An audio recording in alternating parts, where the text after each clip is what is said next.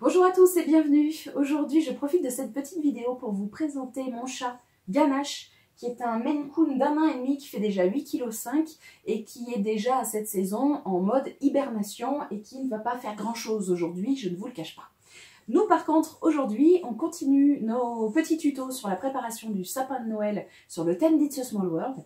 Donc aujourd'hui, ça va être un tuto un peu étrange parce que c'est pas vraiment un tuto technique, c'est plutôt une présentation un peu de produit parce que la technique, elle est ultra simple. Je vais aller sur internet récupérer des photos que les guests ont pris de la devanture de l'attraction.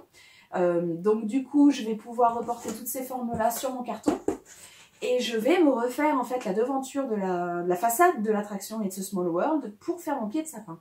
Donc ça c'est très simple en fait, je vais reproduire les formes sur du carton, je découpe, je peins et voilà, j'assemble et j'ai ma façade quoi. Par contre, tout ça peut se faire évidemment avec du carton ondulé, mais si vous voulez faire quelque chose de plus propre et de plus net, je vous conseille l'usage de ce matériel-là, c'est du carton plume. Alors le carton plume, je vous montre ça de près, c'est une planche de mousse qui est intercalée entre deux feuilles de papier un petit peu fort, un petit peu costaud.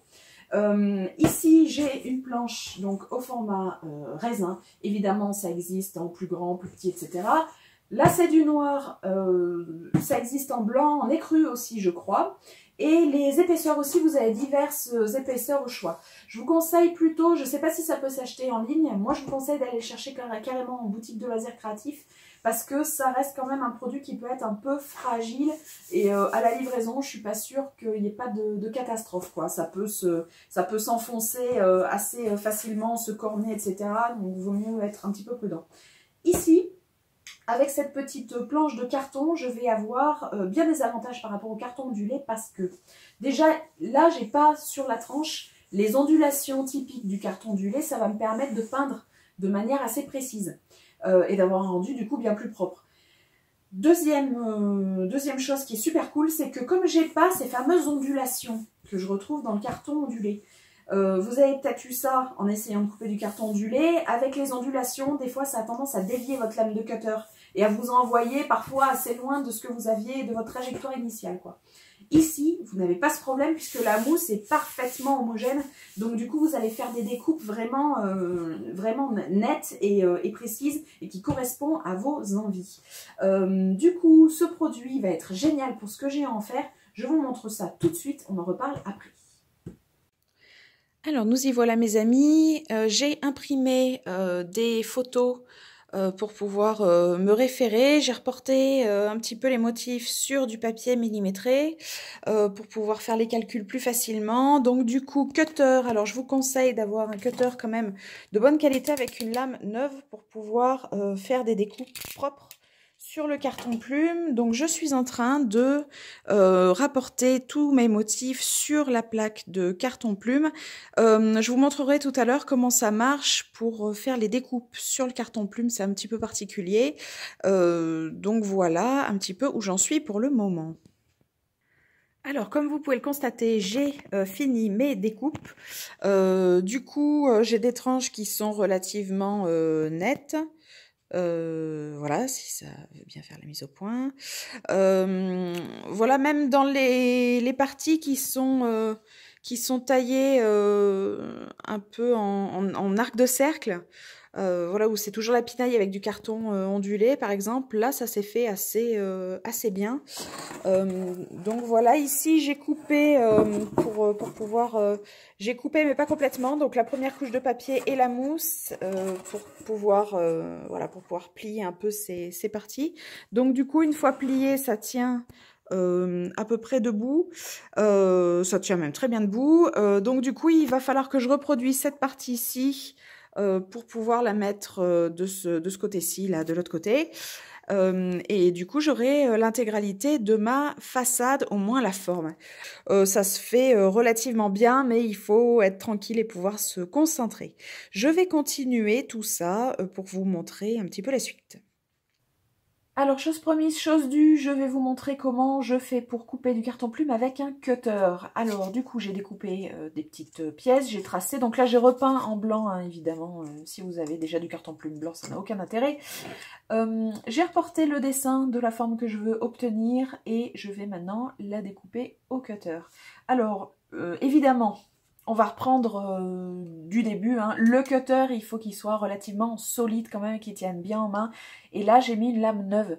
Plus votre cutter coupe et moins il est dangereux, comme tous les outils tranchants, parce que s'il coupe très très bien, ça va vous éviter de forcer. Et c'est souvent quand on force que la lame a tendance à partir, qu'on fait des grands gestes parce qu'on force. Et c'est comme ça qu'on se coupe la moitié des doigts. Toujours une lame neuve pour travailler le carton plume parce que ça va couper bien plus facilement et de manière bien plus nette et bien plus propre. Ça va surtout vous éviter d'arracher la mousse qui est à l'intérieur et de faire des choses un peu cochonnes.